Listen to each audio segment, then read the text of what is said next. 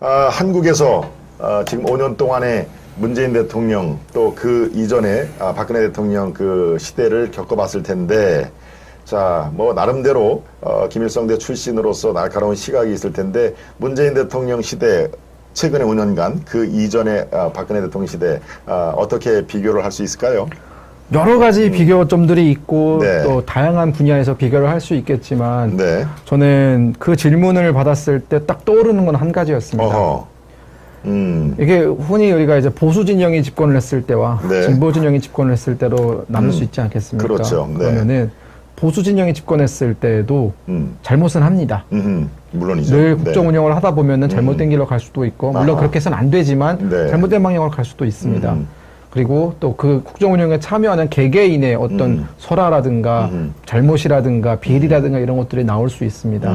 진보 정권도 마찬가지고요. 그렇죠. 네. 하지만 이를 대하고 이거에 대응하고 국민께 사과하는 모습에서 저는 큰 차이가 있다고 생각을 합니다. 사과하는 모습. 네.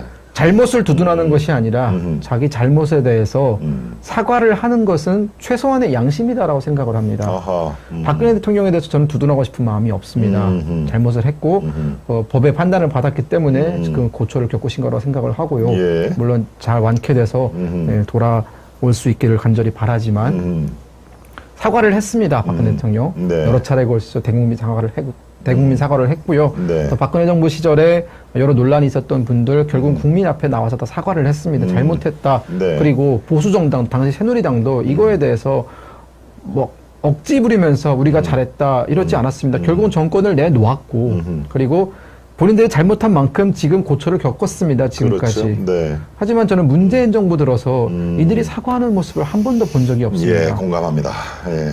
예를 들어서 100명의 사람이 잘못을 했다라고 지적을 하면은 한 번쯤은 돌아보는 게 인지상정 아니겠습니까? 그렇죠. 아, 나한테 왜 잘못했다고 하는 걸까라고 돌아보고 한 번 정도는 참회하고 혹은 뭐 억울한 부분이 있으면 그것에 대해서 소상히 겸손한 자세로 말씀을 드리는 게 사실은 어떻게 보면 정치인의 도리일 수 있겠는데 그렇죠. 문재인 네. 정부는 되려 100명 자신들의 잘못을 지적하는 그 100명의 군중에게 1000명의 군중에게 10,000명의 군중에게 너희들이 잘못된 거다라고 얘기를 하는 그런 태도를 보면서 네. 이것이야말로 적반하장의 끝판왕이 아닌가. 그리고 내로남불이라는 단어, 우리가 지금 문재인 정부 들어서서 내로남불이라는 단어를 거의 매일 듣고 있거든요. 네. 매일 들으면은 사실상 반성을 해야 됩니다. 왜 우리한테 이런 단어를 얘기를 하는지. 하지만 그들은 그 내로남불이라는 욕을 먹으면서도 여전히 그 내로남불의 모습을 버리지 못하고 있는 걸 그렇죠. 보면서 저는 한 가지 깨달은 게 자신들은 절대 선이다라는 착각, 우리들은 뭘 해도 옳다라는 착각, 네. 혹은 우리들은 대의가 옳기 때문에 그 대의를 수행해 나가는 과정에서의 잘못들은 눈 감을 수 있다라는 착각, 여기에 단단히 민주당이 빠져 있는 것 아닌가. 아, 그렇죠. 예, 이들이 여기서 빠져나오지 못한다면 네. 그들에게 재집권의 기회는 영원히 사라질 것이다라고 판단합니다. 그렇군요. 여러분 참 시각이 날카롭고 균형 잡힌 시각을 갖고 있죠. 네. 그래서 제가 서두에 대한민국에서 앞으로 아주 우리가 주목을 해볼 만한 또 아주 젊은 열혈 청년이다라고 제가 소개를 드린 겁니다.